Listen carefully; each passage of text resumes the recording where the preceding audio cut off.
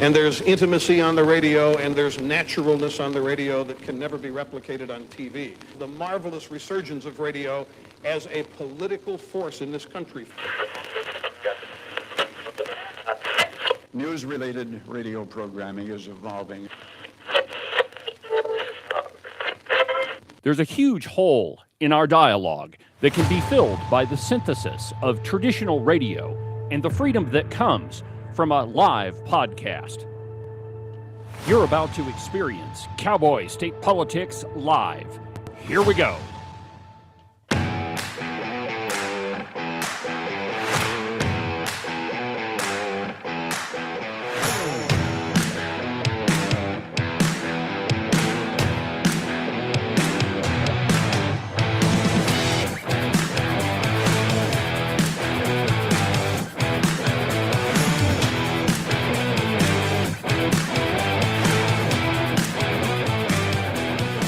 Good morning, my friends, and welcome to another tremendous installment from very high above all the insipid and puerile forms of Wyoming mainstream media. This is Cowboy State Politics. I, of course, am your illustrious host, David Iverson, firmly ensconced behind the silver Cowboy State Politics microphone and broadcasting to you from the base of the Bighorns at the Cowboy State Politics studio in Sheridan, Wyoming. Good morning, my friends, and welcome to the program. Happy Thursday. Welcome. I'm so glad that you could join me this morning. And you know, again, there are so many things that are coming out of in the news right now that it is, I have to tell you, it's a lot like pigs waiting at the trough to feed. Just about every government agency that you can think of is just cannot wait until the legislature is in session. They're salivating, drooling even with the large amount of tax dollars that are about to flow out of Wyoming's coffers. I mean, not Wyoming's coffers, your coffers. That is your pocketbook, your tax dollars going to a litany of organizations that probably don't need your money and definitely don't deserve your money. One of those is the University of Wyoming. Now, I know everybody loves the Pokes, and I, too, like to watch Wyoming Cowboy football.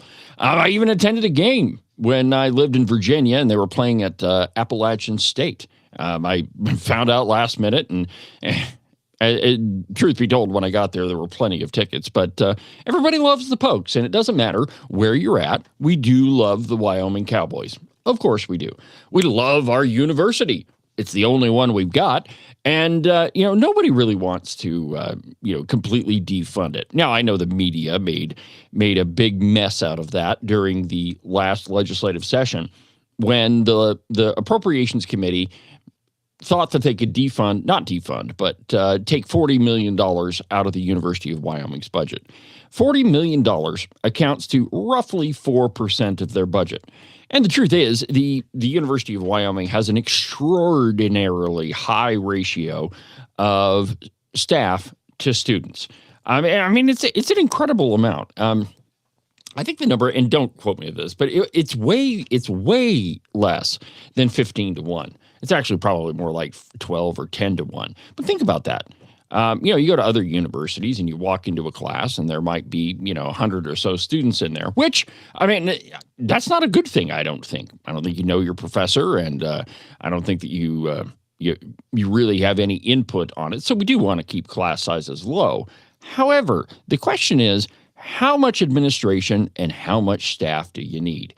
And the university is pretty much the same as our K through 12 education system, in that we have a high amount of administrators, and the ratio of administration to students is actually pretty high. So we spend a tremendous amount of money there.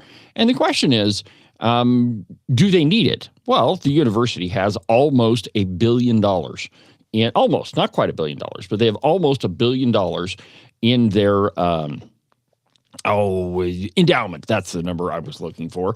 So if you've got that amount of cash stashed away, why is it that you need Wyoming taxpayers to fund you? Why can't the university sustain itself on the endowment and the tuition money that comes into the school?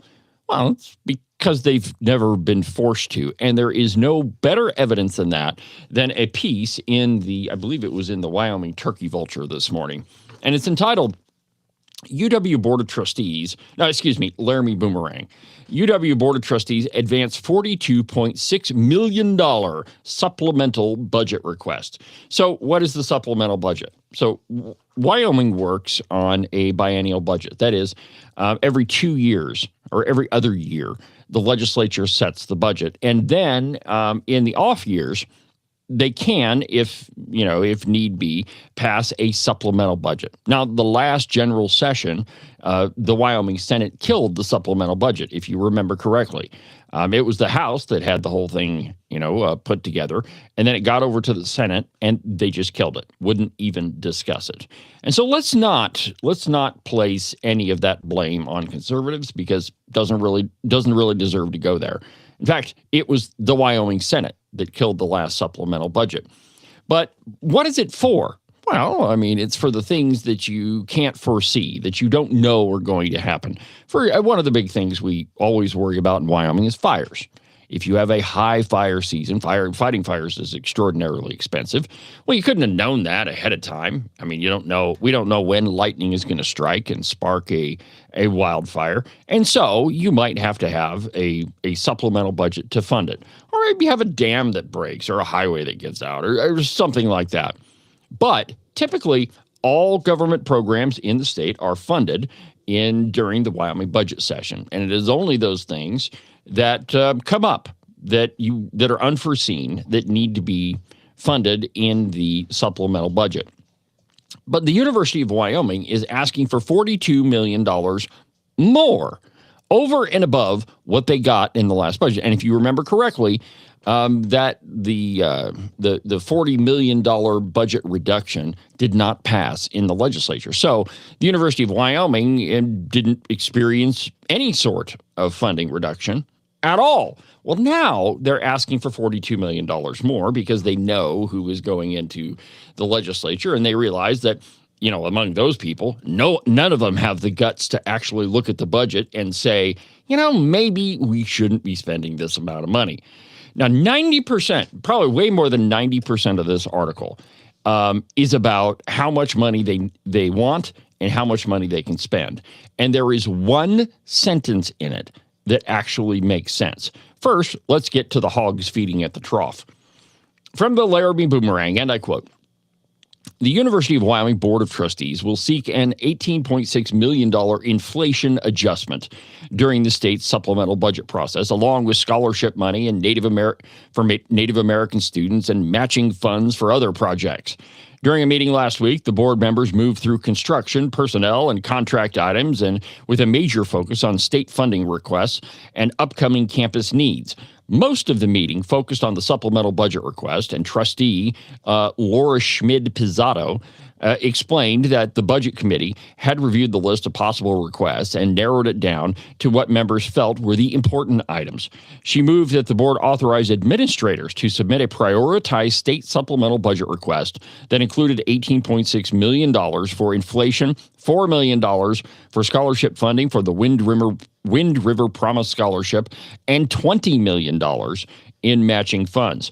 She said the committee wanted to be careful and only submit the strongest requests, explaining that the inflation request had been discussed for a long time.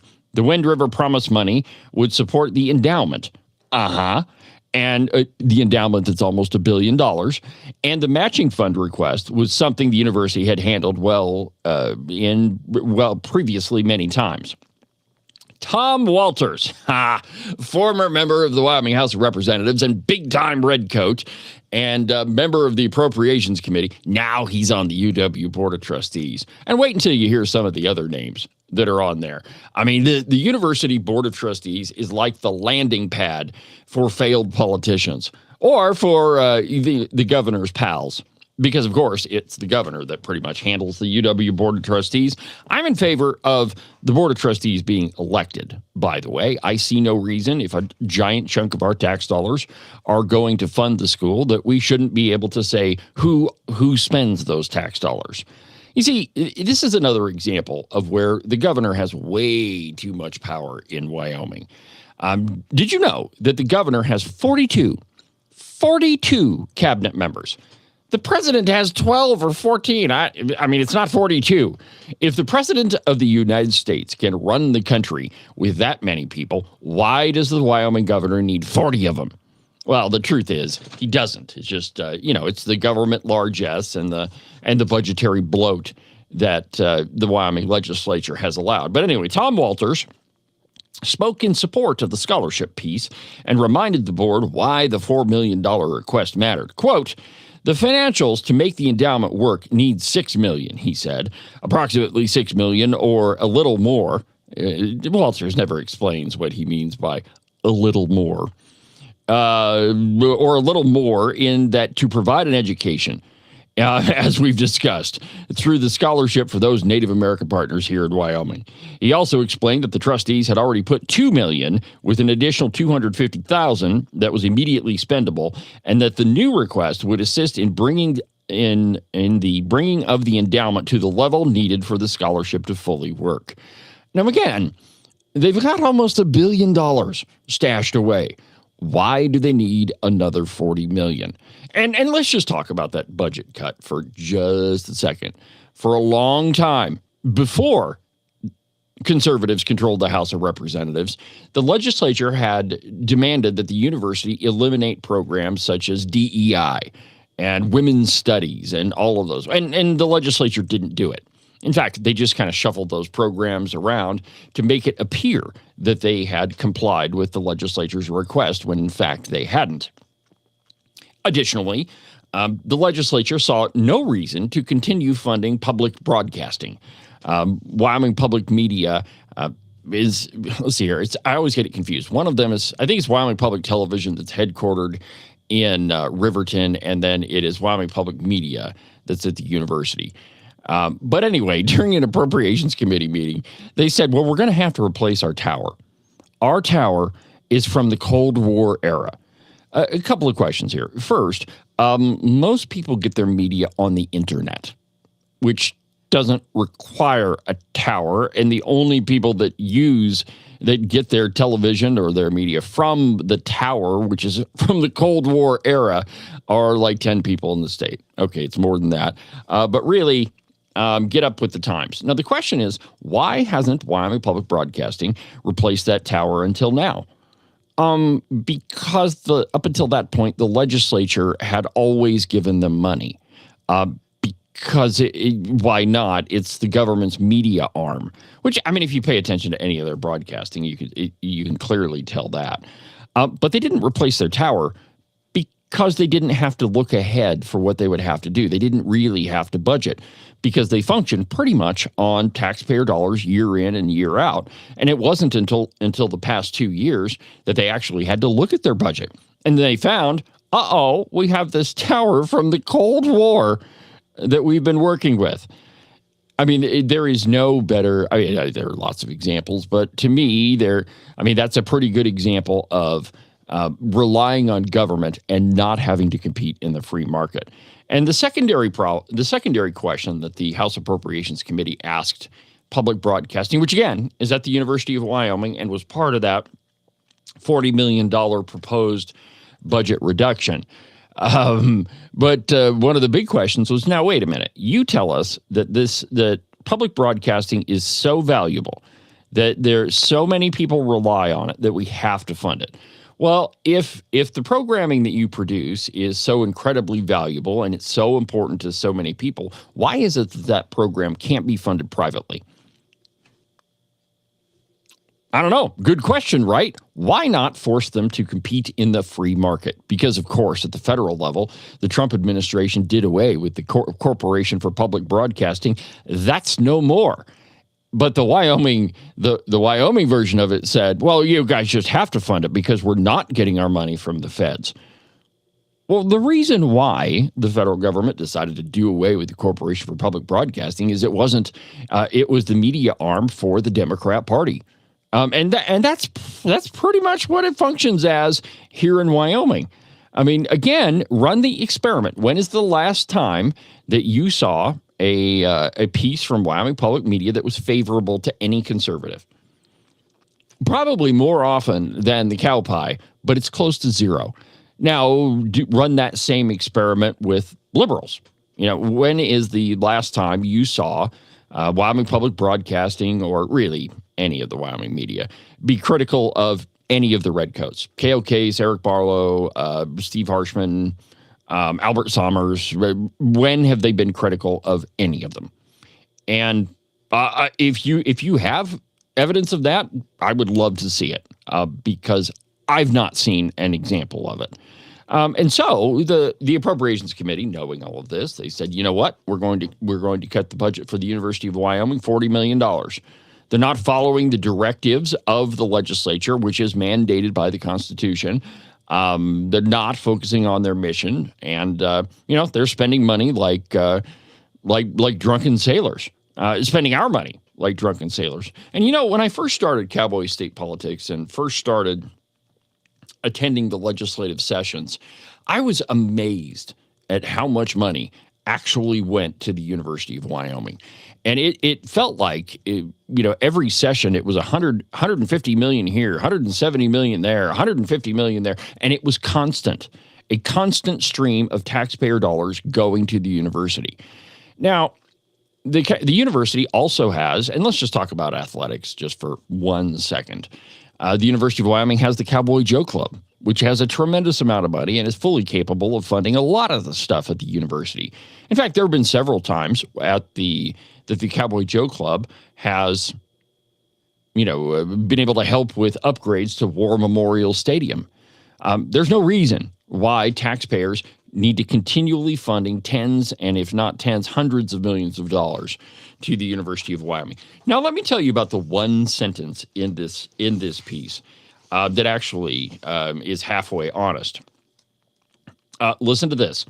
Before the meeting closed, the board approved a research and development services agreement between Abu Dhabi National Oil Company and the University of Wyoming, as well as a letter of agreement between the university and U.S. Foods Incorporated.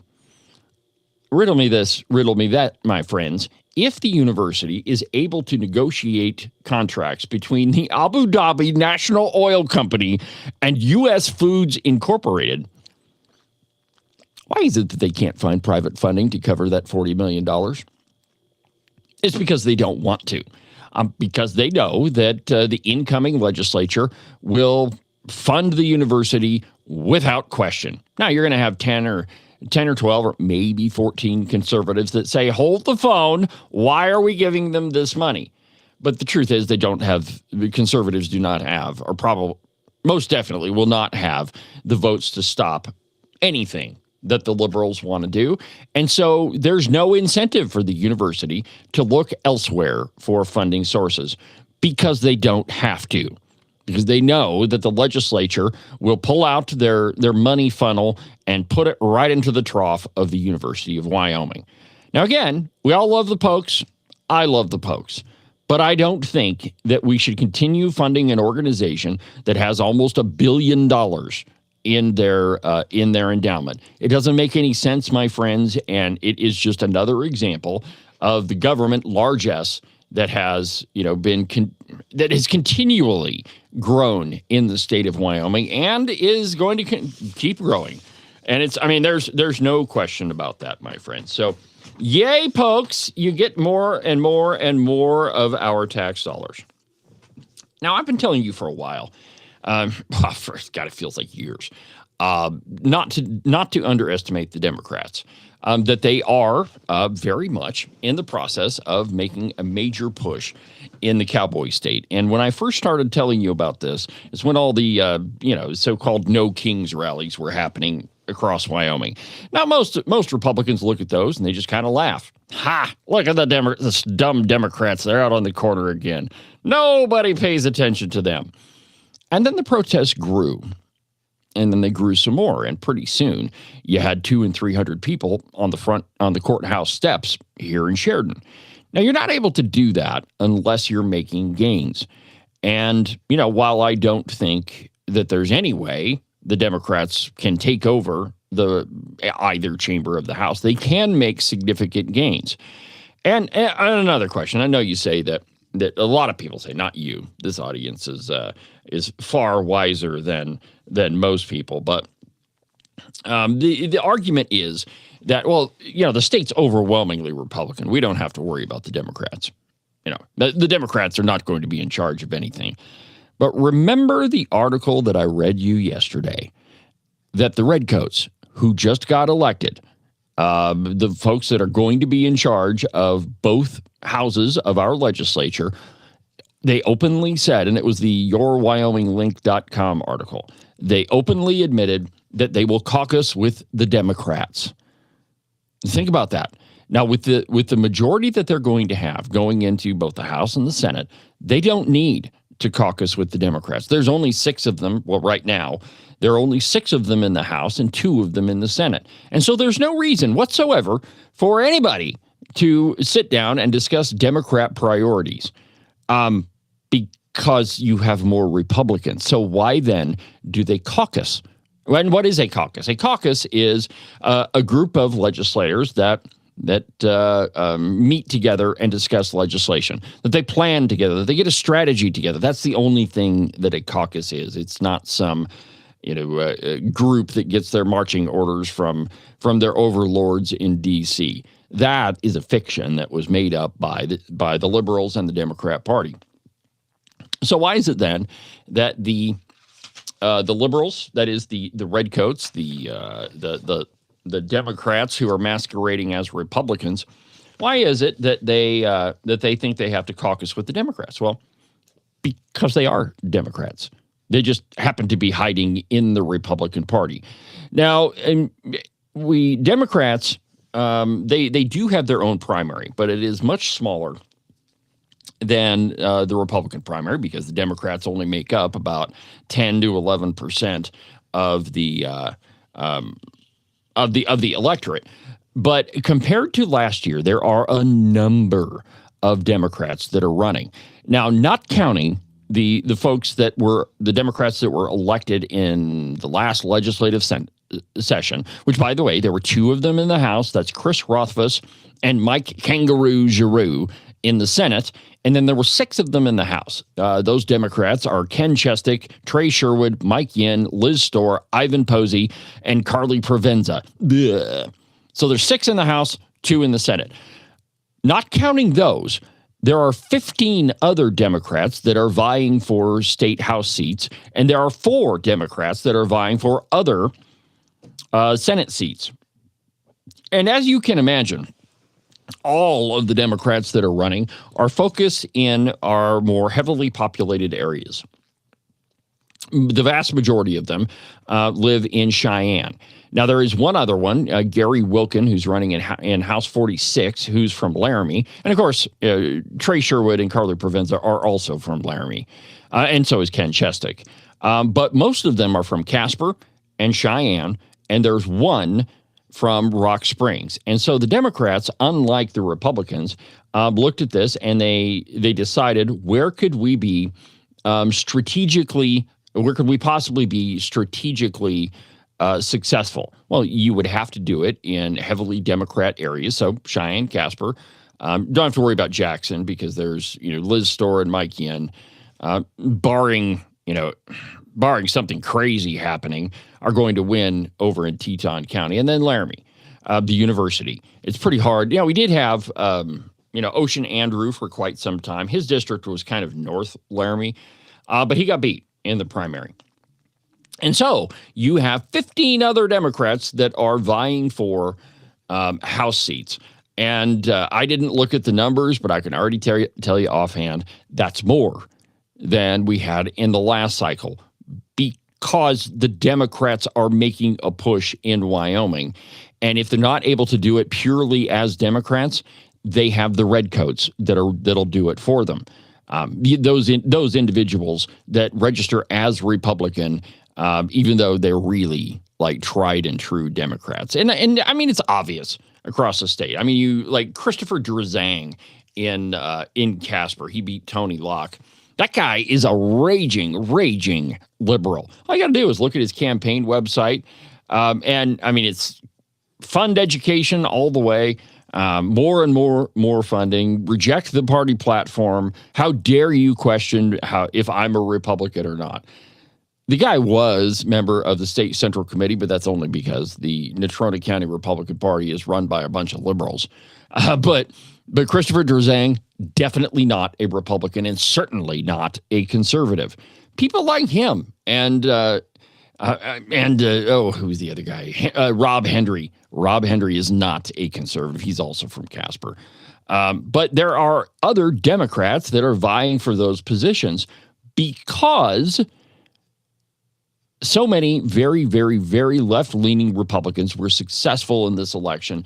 There hasn't been a chance like this for the Democrat Party in a really long time. So if I had to put money on it, I would think at least one, perhaps two of those Democrats will get through, and maybe more than that. And by the way, again, I think probably one of the best things that could happen in Wyoming politics is to have a stronger Democrat Party so that we can actually have an honest debate and not sit around trying to prove who is more Republican than whom, which I realize that's a large part of the Cowboy state politics, but that's because that argument is necessary to have. Because you do have a split in the Republican Party. You have liberal Republicans and you have conservative Republicans. And I would argue that the liberal ones really aren't Republicans at all. In fact, are raging Democrats. But you do have that split, and so the debate is absolutely necessary if you're going to advance conservative legislation. But now, my friends, look out! You got way more people running for the Democrat Party, and compared to last election, there's a huge increase. The Democrats made a big effort to have a candidate in each of the top 5 electeds. There is a Democrat for each one of those races, and as I said, 19 more legislative races. So it's more than last year. And I just looking at the way the primary election turned out, I don't see it as, I don't think that they've had the chance that they've had in a long time. All right, so let's go ahead and take a break. And when we come back, there's an interesting piece in the Free Press. They did a survey among people who is more amenable to capitalism and who likes socialism. And the results are kind of surprising. And so we're going to talk about that when we come back.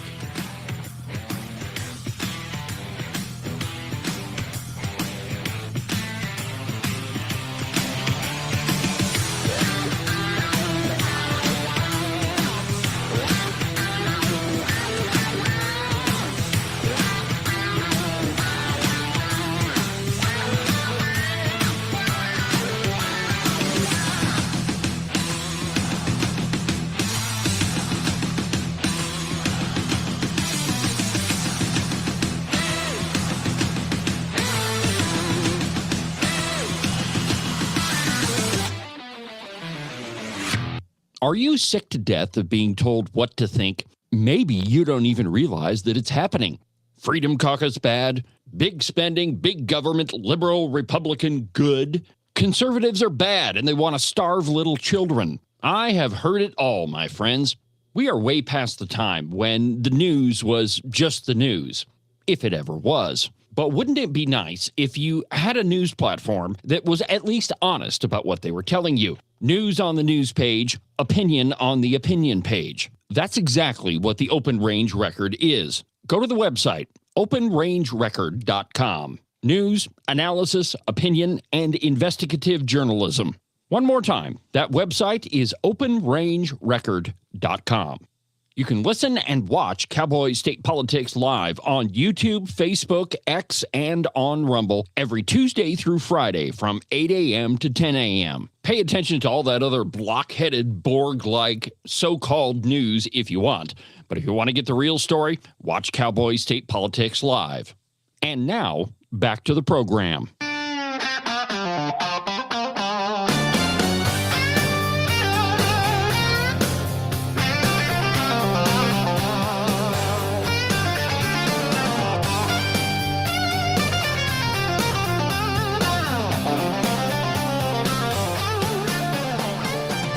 Welcome back to the program, Cowboy State Politics Live on a Thursday. Thank you for watching. I'm your host, David Iverson. Wyoming's big voice on the right. The Free Press has a fascinating article out. It's entitled, "Are Americans Losing Faith in Capitalism?" We asked them, now, what do you think? We Republicans like to think, well, it's ridiculous that anybody would support socialism over capitalism. But think about where your kids went to school, who it was that instructed your kids in school. Was it devout believers in free enterprise and a free market system, or was it people that were probably educated by a whole bunch of Marxists at the University of Wyoming?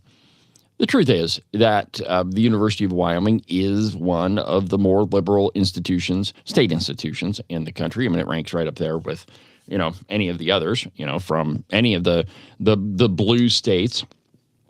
And so, maybe the curriculum doesn't say, hey, you're going to teach socialism for a semester. But that's the prism through which educators teach. And it's, if that's the way that if that's been what's drilled into your head for 4 years at a school, I don't know what you can do to avoid it, unless, of course, you are a principled conservative. So the Free Press thought, well, let's just survey people and find out. And here's what they found.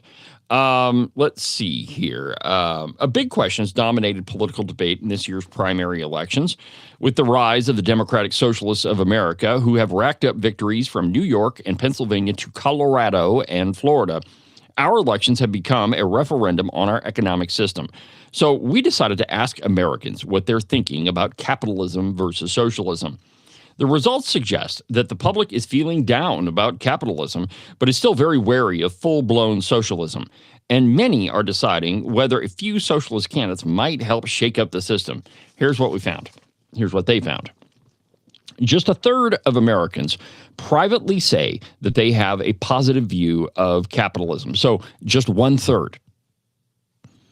Less than half of Republicans privately express a positive view of capitalism, though 2/3 support it in public. So, these folks, they're Republican, and what this stat is telling you is that in public, they say, yeah, man, I'm a free market capitalist. Yay, free enterprise. But really what they believe is that maybe capitalism isn't that great. Almost half of women privately say that they would consider voting for a socialist. By the way, it was white educated women that elected Zohran Mamdani in New York. I mean, they far over and above voted for him as opposed to other constituencies. Nearly a third of Generation Z publicly say that America would be better off as a socialist country, but only 14% say so in private. A majority of blacks publicly say that capitalism is the cause of America's social ills, but only 37% say so privately.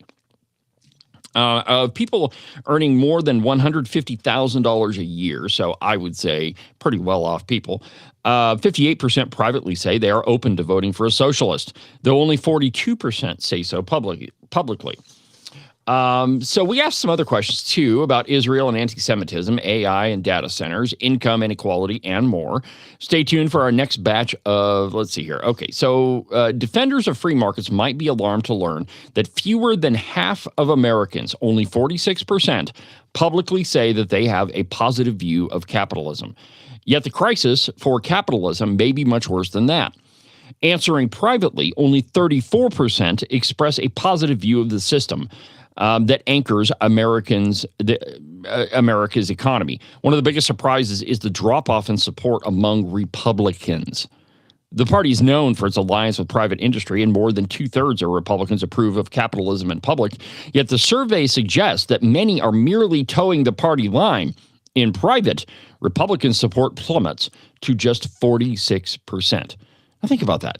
Republicans, the people that are supposed to be free market capitalists and free enterprise, and the government needs to stay the heck out of business. Only 46% of these survey respondents said that they had a positive view of capitalism. That's shocking, my friends. I mean, capitalism is responsible. Our market of free enterprise and free business and capitalism is responsible for the vast majority of the advances in our world. Medical advances, technology advances. America has been the reason, has lifted more countries out of poverty than at any time in the history of the world. Most of the people, like, we've eradicated diseases, and still we have people over a majority of people say that they don't have a positive view of capitalism. Why? Because they've grown up with the government that is overwhelmingly in support of government intervention in just about everything, and so too have a lot of people in Wyoming. Think about the Judge Froelicher with the education funding ruling that is, currently on pause. Thank God, at least the Supreme Court got one thing right. But what the guy ruled is not that we need, more money in textbooks or in libraries or in educational resources. His ruling focused on computers, school resource officers, and lunch. Yeah. That's what he said is being underfunded. It's not that we don't have enough teachers, though I think that most school districts would tell you that their teacher count is actually lower than what they would like it to be. But the judge in the school funding case said it's school lunch, it's computers, and it's school resource officers. All those things are important, but the question is, and we live in a technological world, and so you got to have computers in a school, though I would say that our students have pretty much lost the ability to research in a library. Most of them just do it on the computer. And the problem with that is that it's pretty easy to change stuff on a website. It's really hard to change stuff that's printed on a piece of paper. But anyway, lunch, okay. So if you're going to make a law that students have to be in school for 8 hours a day, you probably got to feed them. Now, I'm down with that. Okay. But I don't think that the majority of that needs to be borne by taxpayers. Now, the question is, do we need to feed them breakfast, and do we need to feed kids during the summer? The answer to that is no. Guess whose responsibility that is? The parents. It's not the taxpayers' responsibility. But we started out today's program talking about the tens and hundreds of millions of dollars that have been poured into the university, and they've not been made to function on their own. So why is it that we would think that public funding of any other public institution would go down? Because it hasn't. Every year, my friends, spending on Wyoming education goes up $100 million without the legislature doing anything. Those are called the escalators, and they function automatically every year. The spending goes up $100 million in 10 years. Okay, so I mean, it's easy math, right? In 10 years, that means we would have increased the education budget $1 billion. $1 billion. And what about the quality of education? Well, that's actually a secondary concern to funding. And it's obvious that it is, because our educational outcomes are a little bit better than mediocre. If you put them, nationally, that's how they are. And, you hear the argument from the Wyoming Education Association that says, well, we're doing better than the national average. By how much? Is it a couple points, or is it 40 points? Because the national average sucks. And I'm not blaming teachers. I'm saying, look, we have a systemic problem in our education system. And one of the main drivers of that is pretty much unlimited funding. When you have an unlimited paycheck, there's no incentive for you to create higher quality with less money. And, you got the folks on the other side who say, well, you got to have money to pay teachers. Well, okay, when we're paying 23, and I bet this year we're probably going to hit $25 million or $25,000 a student. But when you're paying in excess of $20,000 a student, and you can't get your test scores above, slightly above the national average, there's some serious things wrong. And one of those things is the money spigot that has been turned back on, my friends. And school districts know this. They know, they can see when conservatives got beat in the primary election, they know what's going to happen. that all those liberal folks are going to say it's going to be a spending extravaganza, the likes of which none of us have ever seen. And so why wouldn't those folks, even in Wyoming, not have a favorable view of capitalism? Well, because they've grown up in a system of government dependence. And when you're not forced to rely upon yourself, when you're not forced to provide for yourself and everything's provided for by the government, of course you're not going to have a favorable view of capitalism, because it's hard, because you actually have to work hard, because you have to apply yourself. If you're a small business person, you're going to be working weekends. There's going to be times where you can't hop in the truck and run to the mountain for a weekend because you have to work. It's going to be long nights. There's going to be times where you don't get extra money in your paycheck because you had to pay your employee. But those things are hard. And when you grow up in a system of government dependence, of course you're going to have a not so favorable view of capitalism. And I think, frankly, that's scary, my friends. It's absolutely terrifying that the system that built the most amazing country in the world, the wealthiest country in the world, the most powerful country in the world, the most charitable country in the world, the freest country in the world, where man, if you and this is the God's honest truth, if you have a pair of tennis shoes and a cell phone, you are far wealthier than 90% of the people in the world. Think about that. And most poor people that they probably have a car too. And so capitalism is the reason why all of those things happened and why all the medical advances and technological advances we have. But and you've heard the phrase that good times create weak men and weak men create hard times and hard times create strong men. Well, the place where we're at right now is the weak men part. That we've had such good times, and our leaders the people that were elected, they're not the folks that are going to slam on the brakes and say, whoa, our focus should not be on government dependence, and rather it should be the opposite. Well, when that is the prevailing attitude, there's no question as to why capitalism is viewed less favorably than is socialism. And the other part of this is that most people do not understand what socialism actually is. Socialism, Marxism, socialism, fascism, all of those isms, they are responsible for the deaths of hundreds of thousands of people. Pure socialism leads to poverty and death and misery if you don't die. The world, it has been tried over and over and over in the world, and it always results in poverty and death. And so why is it that this majority of people that view socialism favorably as opposed to capitalism, why is it that they believe that? Well, because we haven't taught them what socialism actually does. And I think I've told you about this before, but when I had stepkids, I don't know, I guess I still have stepkids. I don't know. I haven't talked to them for a while. But when I had stepkids in Virginia, one of them brought home their school history book, and I said, hey, give me that. And I cracked it open, and I found 5 pages about socialism and communism. I found 1/2 page, that is 1 page, just the front of it, not front and back, 1 page about the American Revolution. That's it. Because we don't teach our students history. We don't teach them what pure socialism is. Rather, we say, wouldn't it be better if everybody could have a great standard of living? That's the opinion that most school children have of socialism, and it's not that it creates misery, poverty, and death, because it always has. Instead, it's the government dependence, and I love when Ken says, if you don't have the freedom to fail, you do not have the freedom to succeed.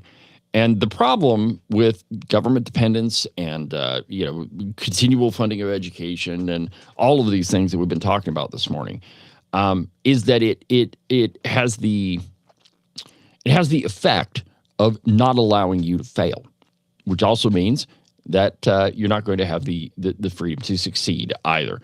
So, get ready for the funding extravaganza, my friends. It is going to be an incredible, incredible thing to watch. A couple of comments here from Jan, who's listening to the program. Education spending goes up $100 million every year. It's absolutely true, Jan. Per student spending is $24,000 per student. 4 students fund the teacher. The other 16 go to fund fluff. It's true. Ask any school board member. And I love this. Ask any of them. So wait a minute. How much do you pay the average teacher? And they'll tell you. And a good round number. I mean, I don't think most teachers make $100,000, but let's just say that they do. Okay. So at $100,000, that means 5 of your kids fund the teacher's salary and benefits and all that. Where is the money from the other 15 or 10 or whatever the student to teacher ratio is? Where is that cash? Well, it goes to activities and it goes to administration. So the vast majority of funding that we spend to schools, and I would say probably 65% of it goes to administration. And that's not including the teacher. And so, my friends, we are in a gigantic fiscal hole, and it is truly, truly incredible. All right, let's go ahead and take another break, and we'll continue with the program when we come back.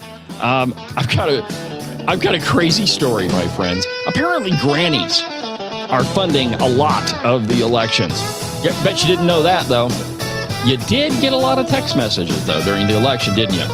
There's a link between the two, and we'll talk about it when we come back.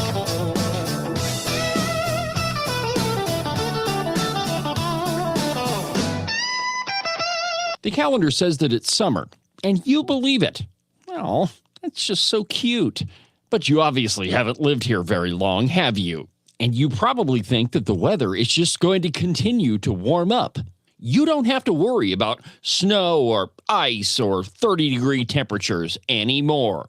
In case you've forgotten, this is Wyoming, my friend, and that sort of thinking doesn't work here. 1 minute, it could be 75 and sunny, and 10 minutes later, snow. Whatever the weather, you need a pair of socks that'll keep your feet cool and dry even on the hottest of summer days. And if you happen to run into that freak midsummer snowstorm, trust me, it's happened. I've seen it. You'll stay nice and toasty warm. Well, your feet, anyway.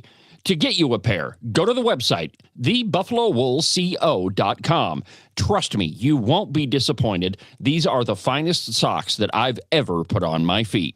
Are you one of those people that said something like this before Trump became president? I have a house in Spain that is going to be ready right after the election. Siberia, Nova Scotia. I'm definitely moving to Canada. Straight to hell. Iceland. France. Asia's pretty cool. And has the last year and a half been more than you could bear? Well, if it has, you've come to the right place. Call my friend Rebecca Bextel at eXp Realty. She has her fingers on the pulse of the real estate market all across the state of Wyoming.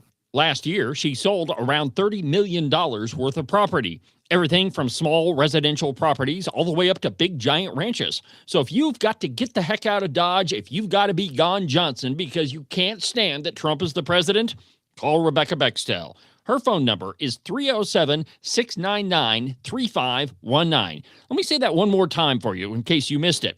307-699-3519.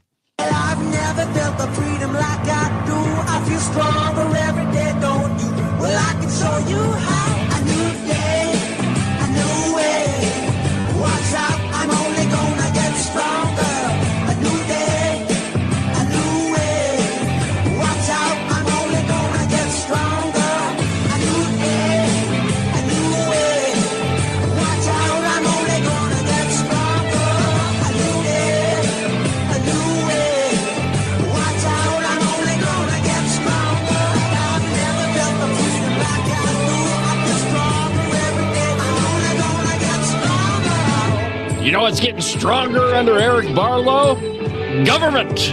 Government always expands. That's why you need Cowboy State Politics, so I can tell you the truth about what's going on. The Cowboy State Politics podcast. By the way, the podcast was a riot yesterday. I had a ton of fun doing it. Apparently, Reed Reisner is now taking credit for all of the defeat of all the conservative candidates, no matter what all of his campaign advertisements portray, no matter what they said. It's fascinating. You talk about a political opportunist. that guy, yeah, I mean, while I don't think that he takes the cake nationally, he will take advantage of any sort of political advantage that he thinks he can get. Now he's taking credit for defeating all of those conservatives, which kind of begs the question, if he's doing that now, was he ever really a conservative? No, I don't think so. But just my opinion, Reed. And by the way, so in the last two elections, he didn't win a single county in any of them. But he did win a couple of precincts. So I guess that's something. And hey, Reed, do you know what all of those conservatives have in common that you don't? Every single one of them, all of the Freedom Caucus members, actually won an election. And some of them more than one. So, I don't know. Maybe you could learn something from them. I'm just saying, maybe that's something that could happen. So, I said we're going to talk about the grannies funding elections, and we'll get there. But I just looked over at my stack of stuff during the break, and I got to go here. So, Governor Gordon has established his healthcare strike team. All right, I don't know. Something about the name of it just kind of gives me the willies, a strike team for healthcare. But he's traveling around the state, and he's listening to all the stakeholders, and he's getting all these ideas, what needs to happen, because, different parts of the state, well, we're all, we have different needs. And so certainly wouldn't want to have a one-size-fits-all answer for any of this. I mean, that's one of the big problems with government, that you can only enact a one-size-fits-all policy, and you really can't tailor it to, each segment. And, I mean, it's the best Barlow could do really is, find the best fit. But here's what the Sheridan Press via the Douglas budget has to say. And I quote, Republican gubernatorial nominee, they have to throw that Republican in there every chance they get. Because we all know that Eric's not really a Republican and never has been. But Eric Barlow, after an arduous and often acrimonious, I'm glad they got out the thesaurus on this one. After an arduous and often acrimonious primary campaign season that ended in a fairly decisive victory, yeah, that's true, but the majority of Wyoming didn't vote for him. So there's that. And he didn't get anywhere near the votes that Mark Gordon did, so there's also that.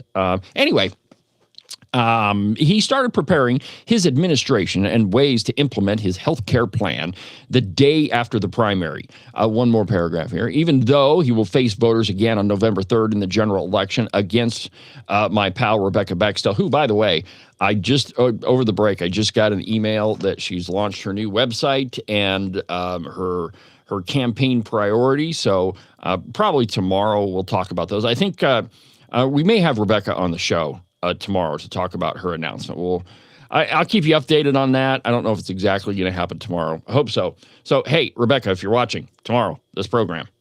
Anyway, so Barlow is going around the state, and he's looking at his health care plan. And even though he has to face voters again on November 3rd, he's wasted no time, quoting again, putting together his health care strike team. I can hardly even say it. Consisting of medical experts, stakeholders, patients, and other Wyomingites, so his potential administration can be ready to start to tackle Wyoming's unique healthcare challenges on his first day in office. Quote, we're initiating a process where we can get the best people and the best ideas to the table and sort through them and then have things that are actionable and soon. Now, you notice that he doesn't say what those things might be. But I do have some examples of what they might turn out to be.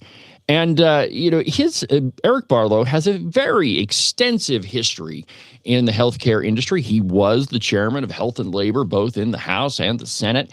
And, he's got a lot of experience in healthcare related things. Like in 2013 and 2014, he voted in favor of Medicaid expansion to advance a bill.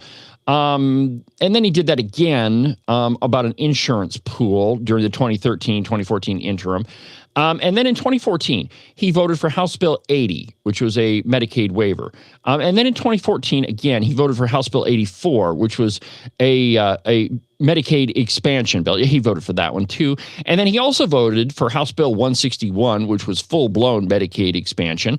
And then in 2016, he voted in committee for State Medical Assistance Alternative Medicaid expansion. In 2019, he voted in favor of House Bill 244, which was, you guessed it, Medicaid expansion. And then in 2019, he voted for Senate File 146, which was a Medicaid expansion study.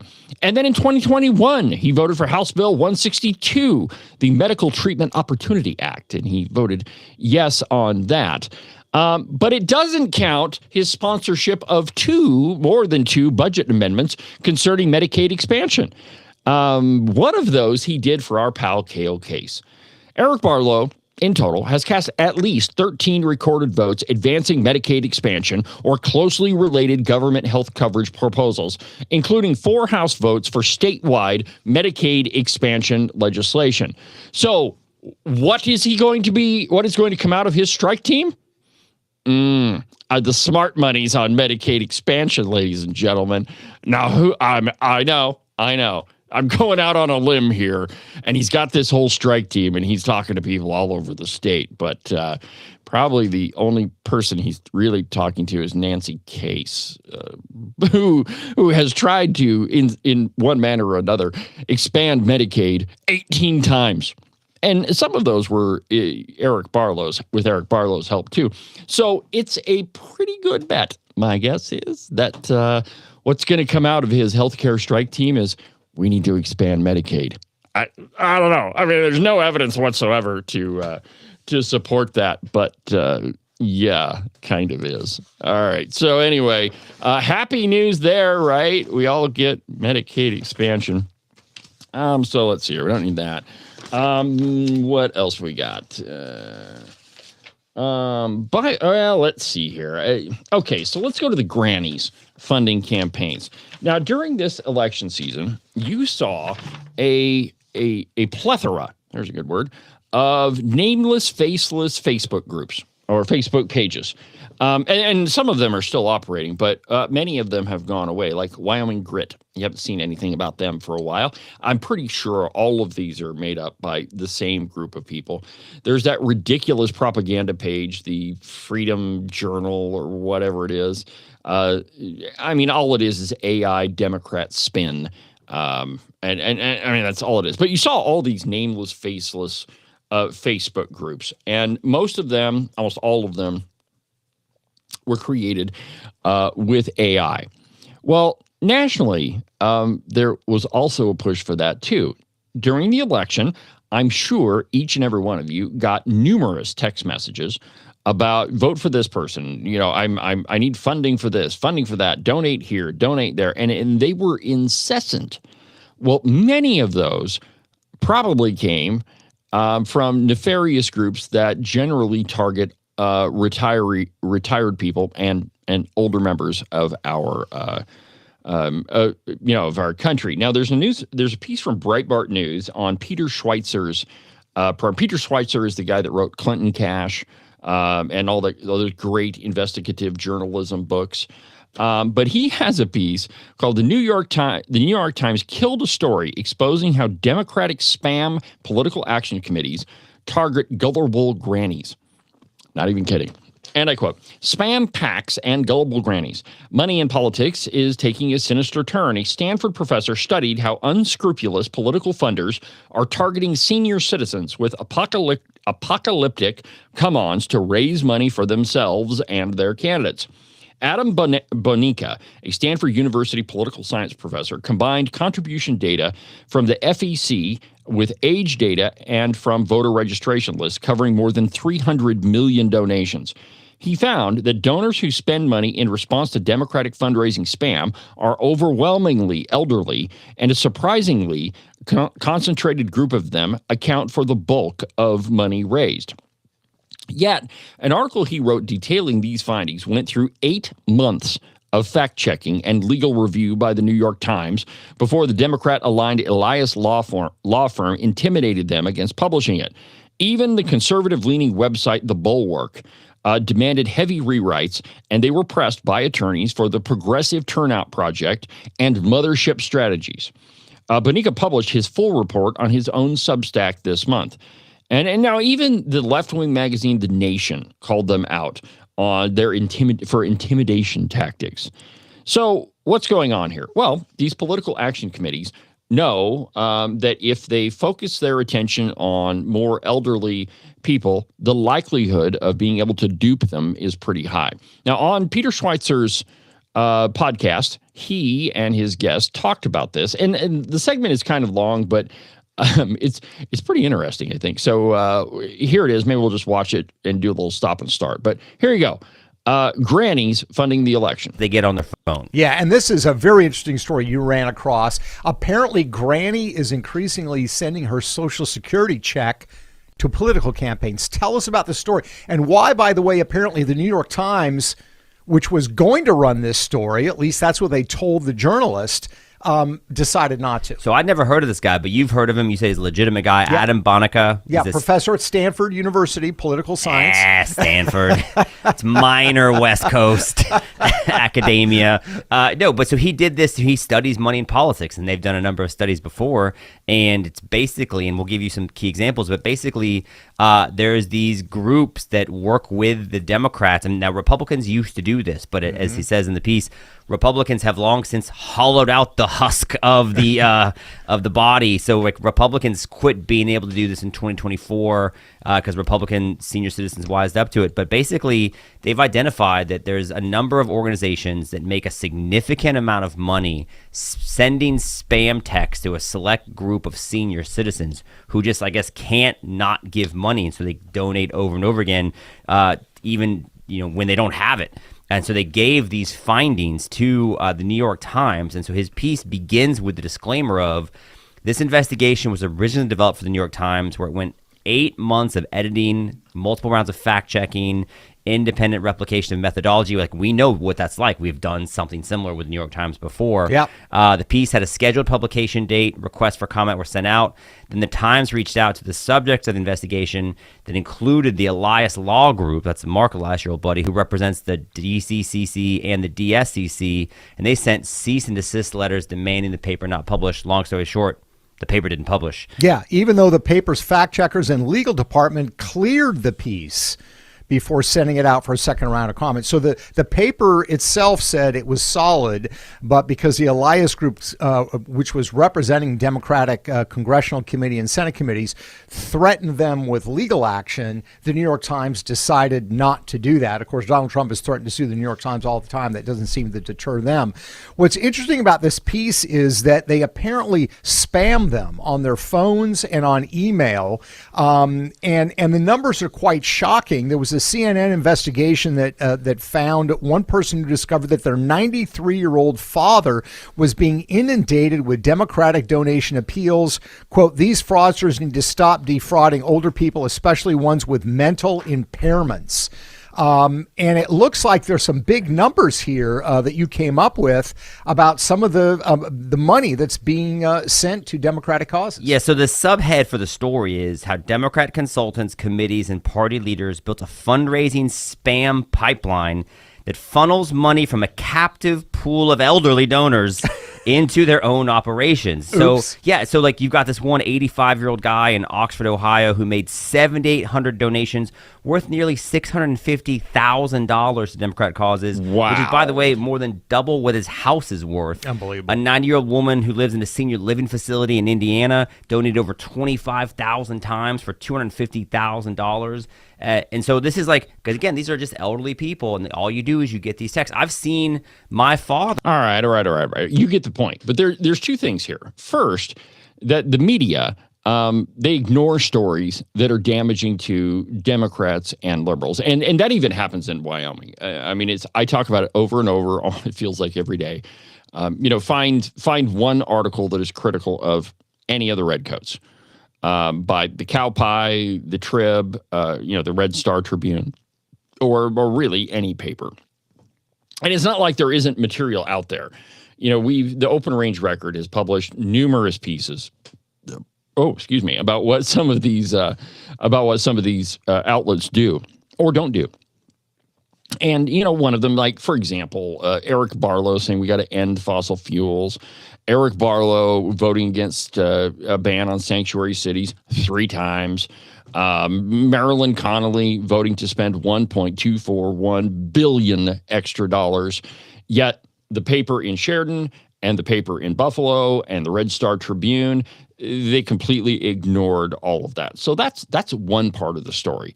It happens on the national level, and it also happens here in Wyoming. And the easiest way to kill a story is just, you know, don't report on it. Don't tell people about it. And, you know, I mean, I've even experienced that. There have been some blockbuster stories that Cowboy State Politics has published, and you won't see it was like radio silence, even on big ones. You know, like the University of Wyoming funding drag show trainings. That was a huge story.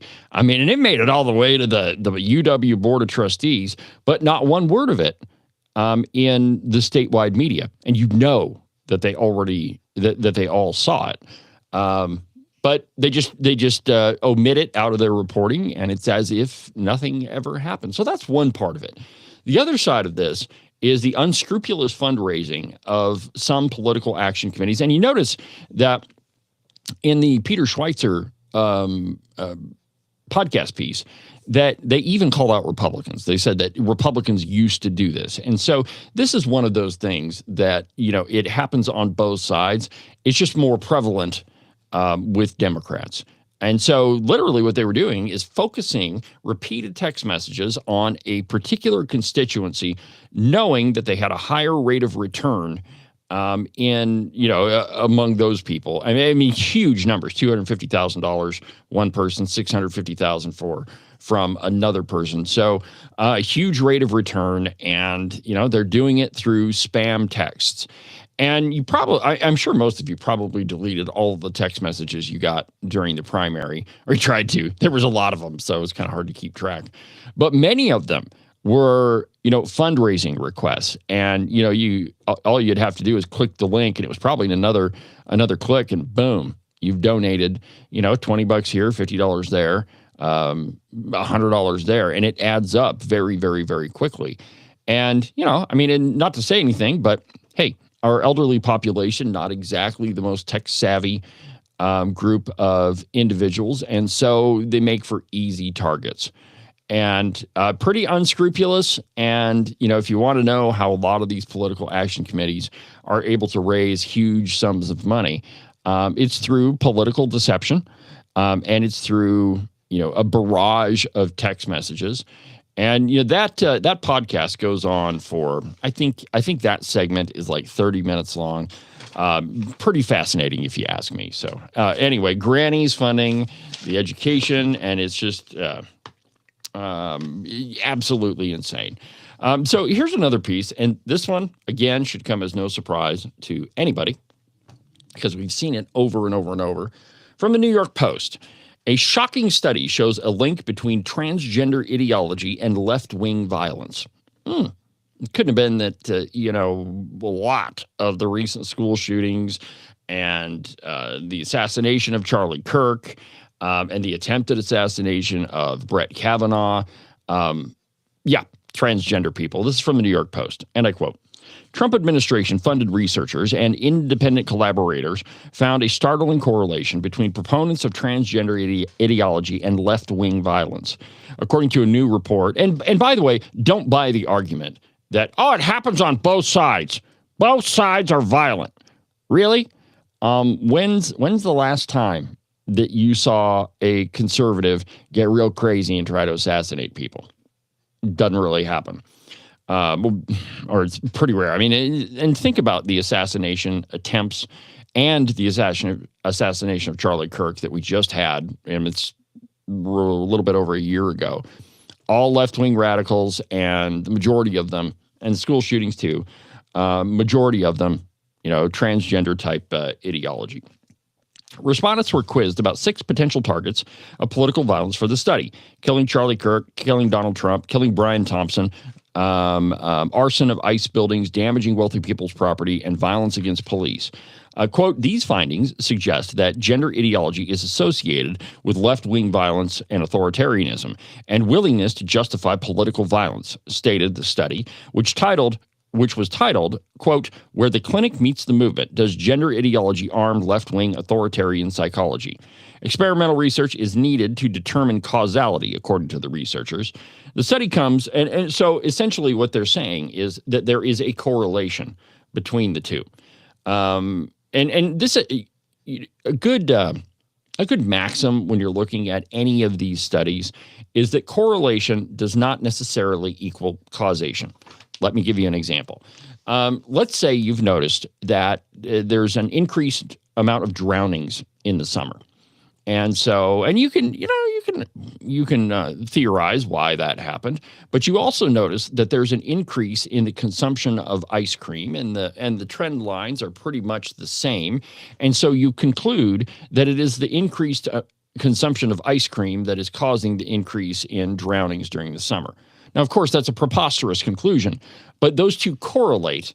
They don't cause each other. So correlation does not equal causation, and the researchers in this study openly admit it. They just say, look, we're not saying like what the cause is. We're just saying that there's a correlation here.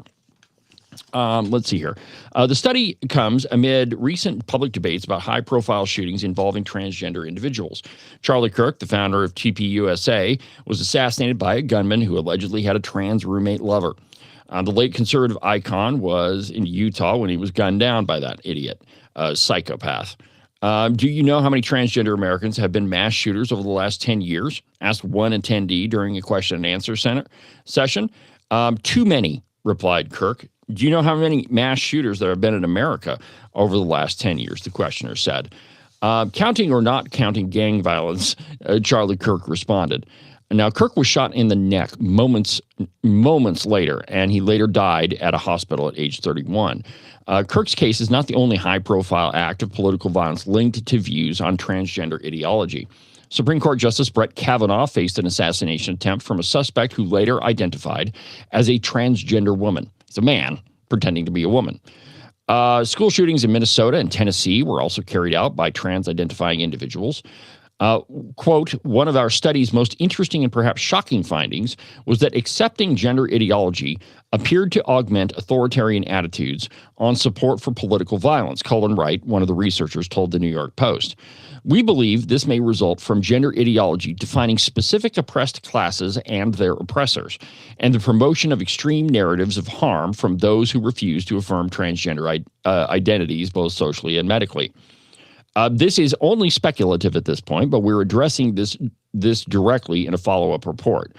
The HHS commissioned researchers queried 1,208 U.S. adults about the importance of affirming one's ideology. The questions formed using consensus positions held by the American Psychological Association. These aren't fringe organizations. They represent an official scientific and clinical establishment on care for individuals who identify as transgender. And so, it's just an affirmation of what I think a lot of people can just see, that you have, several of the recent shootings, both mass and assassinations and assassination attempts, all committed by people who are accepting of, transgender ideology. And it's, like I say, there's no causation there. It's just, hey, these two, it seems to be a recurring pattern, and so we ought to study it. And that's essentially what that study is saying. But man, if you can convince somebody that a man can become a woman, or that a woman can become a man, one of the fundamental truths that we all know. Every single person walking the face of the earth had a mom and a dad, or a mother and a father. I shouldn't say mom and dad, but you're the product of a man and a woman. And that's a fundamental truth that everybody knows. And if you are able to convince people that that is not true, you can convince them of anything. I think that that's one of the main reasons why we had to live through the transgender insanity with Dylan Mulvaney and all of it. for a couple of years, woke one, as AOC called it, it was an attempt to convince people to deny reality. And if you can do that, well, then you can convince them of anything, like, government needs to raise your taxes and everything. So let's see here. You know what? Let's do something a little bit crazier. I've got a piece how the Fed is meeting in Jackson, but it's pretty dry stuff. Let's go here. Have you seen the new Cowboy golf ad? The one where a female golfer gets tackled in it. Well, from Fox News, the backlash to that ad has been swift. So first, let me show you the ad, and the only one that I could find is a news report about it. So pay no attention to the news report. Just watch the ad. Here it is. The 15-second ad begins with one of the founders of Frisco-based Good shoulder-checking a female golfer, another Good staffer, to the ground. Do not touch my new driver. The ad concludes with a warning. Okay, so there's the ad. I don't know. I mean, when I first saw it, the first thing that went through my head was, I think somebody's getting fired over that one. Bad choice. And there's a lot of that happens in advertising. Somebody in an office somewhere says, "Hey, man, I think it would be great if we body checked a female golfer and told her not to touch my driver." Well, the reaction to that ad has been swift, as you can probably imagine. And so the piece from Fox News: backlash over good golf ad goes too far as stores pull merchandise and a PGA Tour event potentially canceled. Sam Burns, let's see here, just a few days ago, Good Golf was viewed as one of the nation's the largest brand names among young people starting their interest in golf. Unsurprisingly, major golf brands were quick to partner with the YouTube channel and its personalities. They have a partnership with Callaway Golf to develop putters, golf clubs, and golf balls. They branded apparel, and the branded apparel is carried by major retailers, including Worldwide Golf Shops outlets and Roger Dunn in Southern California, and it is also sold online through retailers such as Target and most Dick's Sporting Goods and Golf Galaxy locations. Or was. Good became the center of controversy in golf over the past week thanks to an ad they made to promote a branded version of Callaway's new driver. The ad was meant to be a parody of the hit movie Obsession, but was very poorly conceived and executed. In the ad, Garrett Clark, one of the founders of Good, shoves a woman, Alexis Mistowski, to the ground and says, "Don't touch my new driver." Without question, it was a bad ad, made in poor taste, that should not have been released, and the backlash started almost immediately. Fans blasted it for depicting a man shoving a woman to the ground. It was pulled down, and the group issued a statement saying it wasn't aligned with our values. Yeah, well, it was an ad that your company put out, so kind of leads people to believe that it was. Let's see here. We posted the video to our channels that ultimately depicted actions that are not aligned with our values of our brand. Callaway Golf initially let Good take the blame, saying that they were disappointed. Then at 1 a.m. Eastern, they issued another statement confirming that the club manufacturer had approved the ads released, and unsurprising, though important admission. So they took part of the blame too. Let's see here. From Front Office Sports reported Wednesday that Dick's Sporting Goods, Golf Galaxy, and PGA Tour Superstore had pulled the company's merchandise from their product shelves. There are rumors that Good sponsored tour event, the championship in Omni Barton Creek Resort and Spa, could be canceled.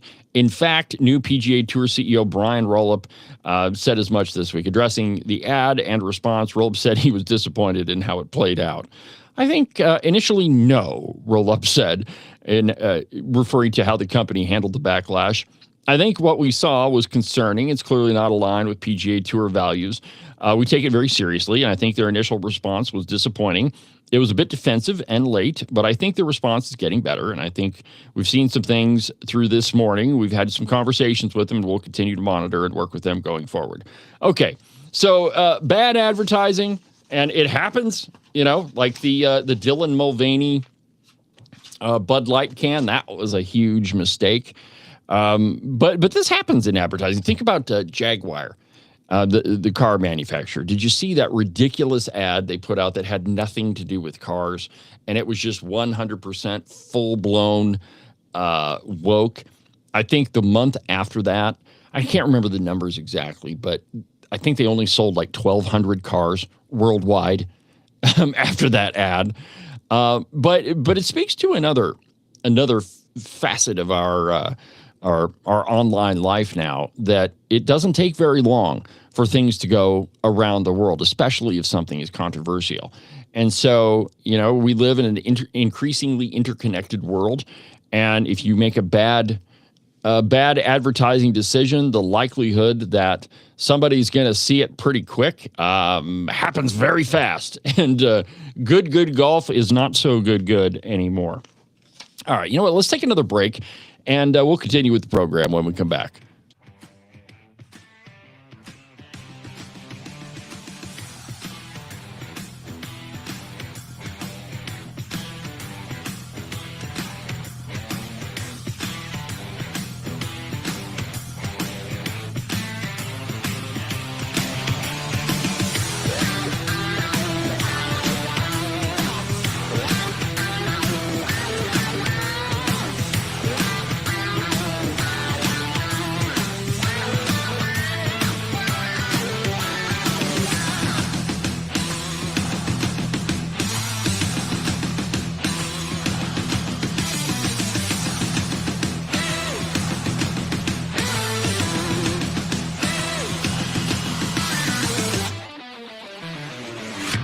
Are you sick to death of being told what to think? Maybe you don't even realize that it's happening.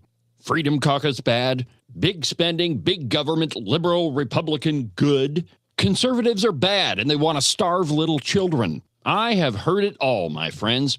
We are way past the time when the news was just the news, if it ever was. But wouldn't it be nice if you had a news platform that was at least honest about what they were telling you? News on the news page, opinion on the opinion page. That's exactly what the Open Range Record is. Go to the website, openrangerecord.com. News, analysis, opinion, and investigative journalism.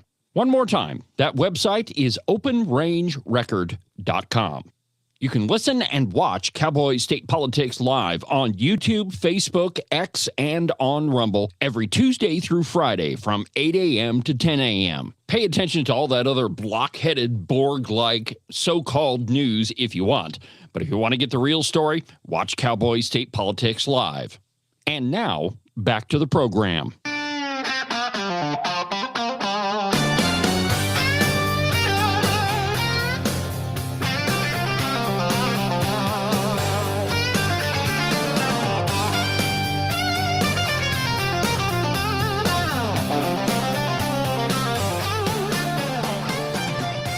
Welcome back to the program, Cowboy State Politics Live on a Thursday. Thank you for watching. Hey, a couple of important things to keep your eyeballs peeled on. Your county may have already done their 5% ballot audit. Some counties haven't. Ours isn't until Saturday.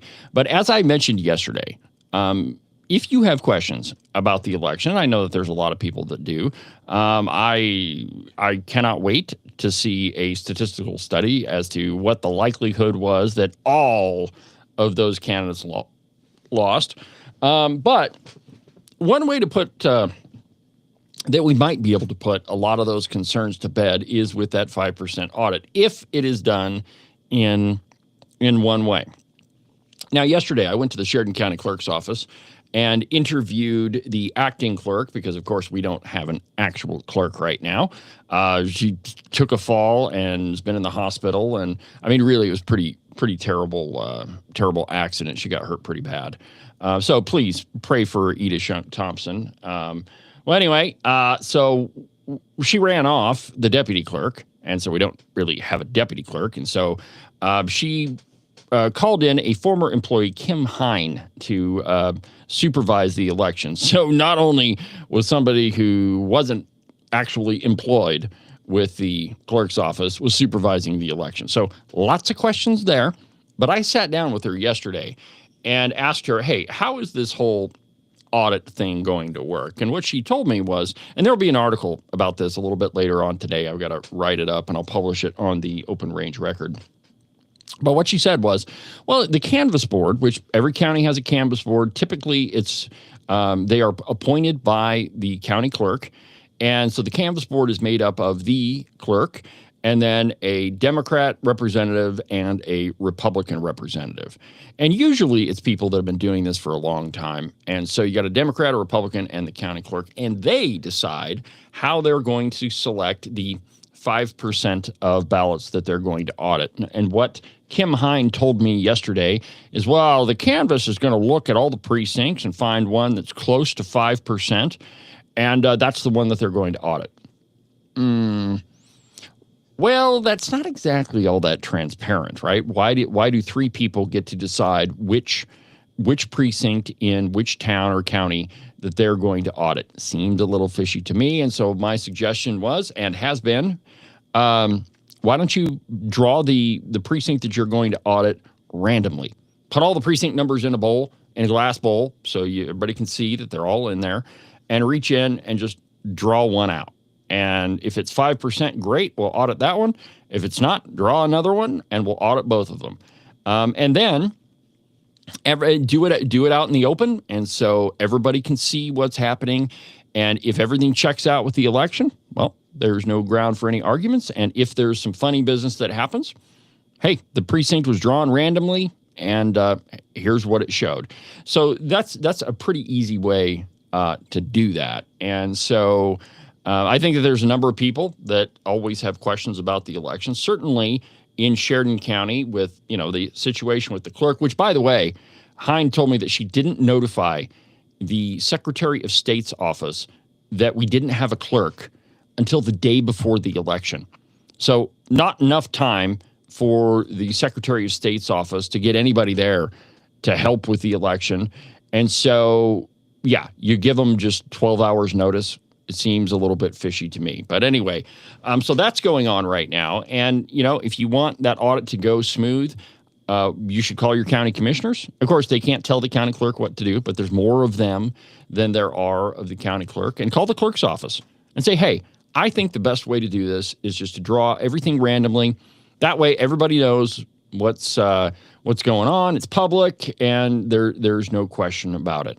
And so, anyway, look for that article on the Open Range Record today, and also there's another piece on there that this one is entitled "The Wyoming Education Association is bankrolling the movement to reject property tax relief." And let me just read you the opening paragraphs of it. Hey, you've probably seen this, and let's see here. Let me see if I can show you screen share. Hold on. All right, so it's going to look a little bit weird, but just hang tight real quick, and I'll show you the website. Whoa, there it goes. Oh, that's not it. Man, okay. So anyway, here it is. There. Whew, sorry about that. I know the screen looked a little bit weird. But here's the article on the Open Range Record, and I'm sure you've seen that logo, Vote No on Initiative 1. So what we tried to do is find out who exactly is that.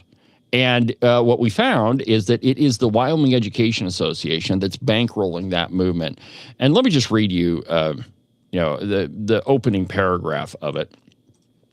And it's a well-funded coalition calling itself Vote No, Wyoming Vote No on number 1. Is working overtime, formed in June of this year with an initial $50,000 from the Wyoming Education Association and backed by the Wyoming Taxpayers Association. Isn't that funny? The organization that allegedly defends taxpayers is funding an effort to defeat the ballot initiative to reduce residential property taxes by 50%. So anyway, they're behind it, and their message is simple and familiar. Vote no on Proposition 1. The People's Initiative for a 50% reduction in property taxes, or schools, fire, ambulance, and police will be put on life support. That's a direct quotation from their website. They warn that $125 million will be lost in 1 year and nearly $200 million ripped from their budget. There will be around $700 million school deficit by 2030, with $1.4 billion gone over 10 years. According to their account, the sky is falling. It's the same script used every time taxpayers ask for meaningful relief. Now, let's replace the fear with facts from the Wyoming Constitution, the Department of Revenue, and the state's own fiscal structure. Proposition 1, the People's Initiative, does one thing.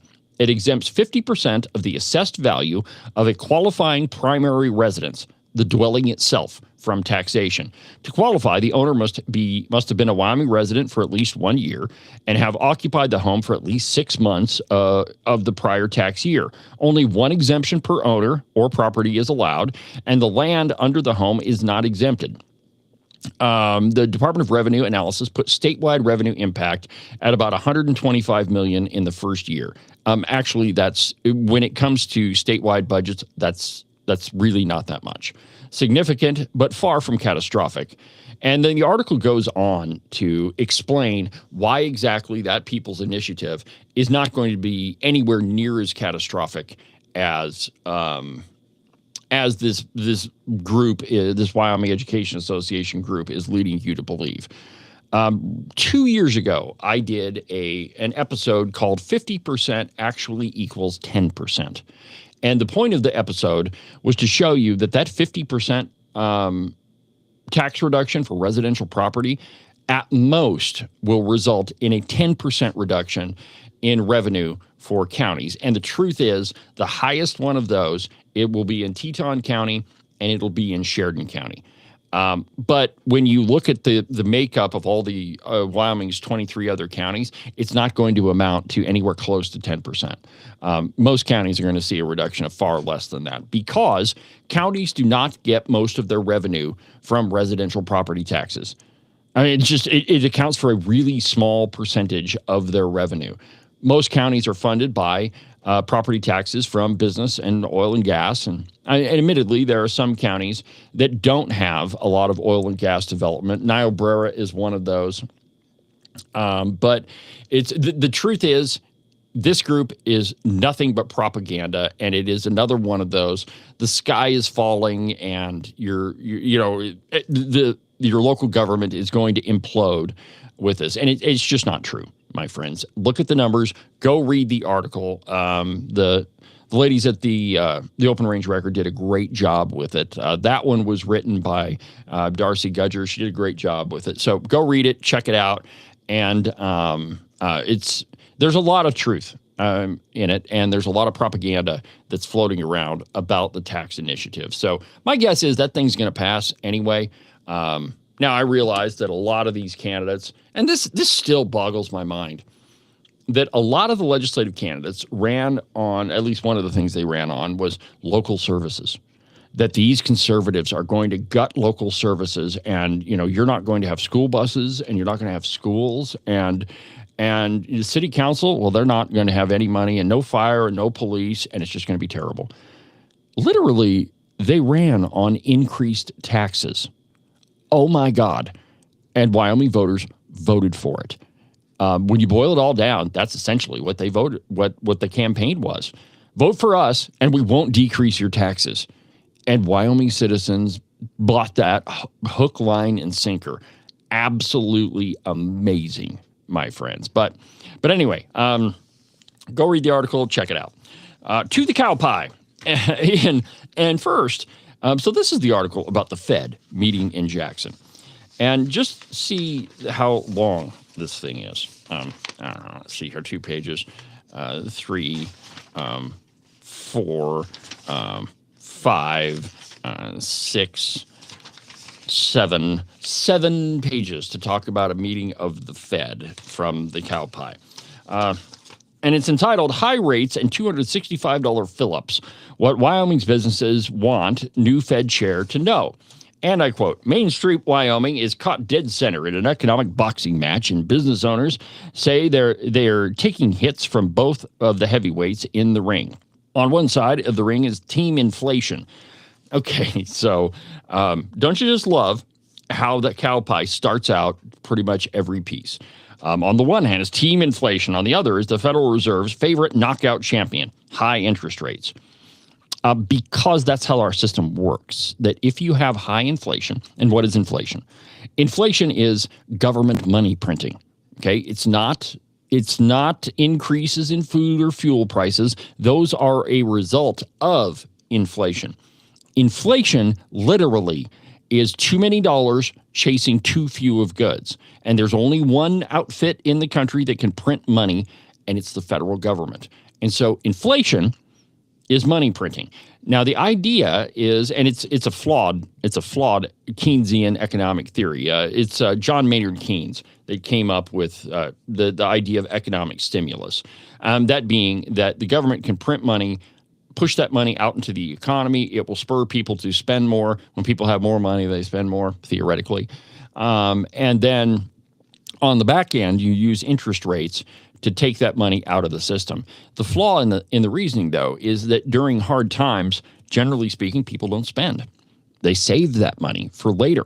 They don't go buy new pickups and new four-wheelers and jet skis because they know that things are going to get worse. And so what literally happens is that extra money that was printed gets socked away, not spent in the economy, and then you still have inflated currency. That means an inflated currency means that your dollar is worth less money. Over the past 5 years, your dollar has actually lost somewhere between 15 to 20% of its value. So literally, the amount of cash that you have in your bank account, the buying power of it has been reduced 15 to 20%, meaning that because there is more dollars floating around in the system, the price of everything is increased. That's the price increases there. And here's why. Because to produce goods, the price of the actual value of produced goods doesn't go down. It always goes up with inflation. And the reason for that is it still costs the same to make whatever, cell phone or, pocket knife or whatever it is. You still have to produce it, and you still have to, use the raw materials to do that, and you still have to buy them. And if there's more money floating around, well, the price of those things goes up. Let me give you an example. Let's say that you have 5 apples, and I walk up to you and I say, hey, those 5 apples look pretty good. Can I have one? Your response is going to be, well, gee, Dave, those I've only got 5 of them, and that one apple represents 20% of my whole supply, so it's pretty valuable to me. And so you're going to charge me more, more for it. Supply and demand, right? There's a low supply, the demand is high, therefore the price goes up. Supply side economics. And then, but let's say that you have 100 apples, and I walk up and I say, man, those apples look pretty good. Can I have one of them? And you say, well, I've got 100 of them. Sure, you can have one. The price is going to be it's going to be less because you have more of them. You have an increased supply, so that one apple, where it represented 20% of the overall apple supply in the previous example, now only represents 1%. And so it's less valuable to you if you have more of them. The same thing holds true with dollars. Think about it. When you got $100 in your pocket, you don't really think about spending one of them. But if you only have $5 to your name, that $1, it's pretty valuable. The same holds true with currency and money printing. So that's inflation. Okay, so back to the cow pie. So this week, the Federal Reserve Chairman Kevin Warsh's first Jackson Hole Symposium, local entrepreneurs are having trouble deciding which way they hope Warsh goes. Quote, typically, in a normal world, I'm pretty pro-growth. So I'm like, can you lower the interest rates? I want things to speed up. Gannett Peak Technical Service co-owner Teague Fagan told the cow pie. So lower the rates and we can borrow more money and we can do more stuff and people can buy houses. But this isn't a normal economy right now. What I'm seeing right now is kind of the opposite, where my costs are just going up. Healthcare is going up, and a lot of our vendor prices are going up, and a lot of the software we pay to use is going up. And so I'm kind of on the other side, too, where I'm worried about all these things. It just feels like we haven't caught a break since, like 2020. Inflation feels like it's still too out of control to necessarily support an interest rate decrease, Fagan added. I'm just seeing too many costs out of control. Everybody's like jacking up their prices. Okay. The uncertainty felt on Wyoming's main streets and business owners is mirroring a broader standoff on Wall Street. Warsh, who took over the top spot at the Federal Reserve in May, has sharply criticized his predecessor, Jerome Powell, who he said lacked credibility and relied too much on traditional tools and forward guidance. Well, what the federal government needs to do is stop printing money. period. Inflation is always an economic killer. And, you know, the end result of it is, you know, it causes the price of everything you buy to go up. And if the government wants to, you know, really right the economy, first thing, stop printing money. Stop it. It's like the old, you know, Bob Newhart skit. Just stop it. You know, if you're doing something stupid and it's hurting you, stop it. Inflation, stop printing money. Now, is it going to hurt? Yeah, it's going to drive interest rates up, which is not necessarily a bad thing. High interest rates means that more money is going to be taken out of the system. You pay for it in the interest you get on a loan. But the interest rate hikes that we're actually talking about is the cost of borrowing money that banks pay in borrowing money. So banks borrow from the Federal Reserve, and the cost to borrow that money will go up, meaning that they take more money out of the system. Think about 1980. Interest rates were really high. I think my dad told me that he paid like 12, 13, 14% for his house, something like that, interest. Well, now we complain about interest rates that are pretty close to zero or slightly above it. That's because we've been engaged in a lot of money printing. And the Biden administration and the Obama administration and the Trump administration have been printing a lot of cash. The only way to fix this, and what the Fed should do, is increase, you know, if you want to leave interest rates where they're at, fine. Stop printing money. And you do that, and the economy will right itself. It's only when we start to interfere in the economy that we cause fluctuations across it. And this is the problem with government intervention across the board. Anytime you get government involved, it necessarily increases the price of everything that you buy. Not to mention the government really hardly ever solves anything. I mean, they only have one solution, and it's always more government involvement and more government spending. And of course, where does that money come from? You. Either directly from you in taxes, or the federal government gets you through the hidden tax of inflation. My friends, it's absolutely ridiculous. All right. Well, that pretty much burns up another busy broadcast. And thank you for watching. I appreciate it. Thank you for listening. We'll be back tomorrow with Open Line Friday and hopefully an interview with the newest person in the gubernatorial race, my pal Rebecca Bextel. Hopefully I'll have her on the program. Should be a fascinating interview. I want to hear about what her priorities are and what she's going to do to win this race. So we'll do that tomorrow. Again, make sure you don't miss it. It's Open Line Friday. Even during the interview with Rebecca, we'll leave the phone lines open. If you have a question you want to ask her, go ahead and call in.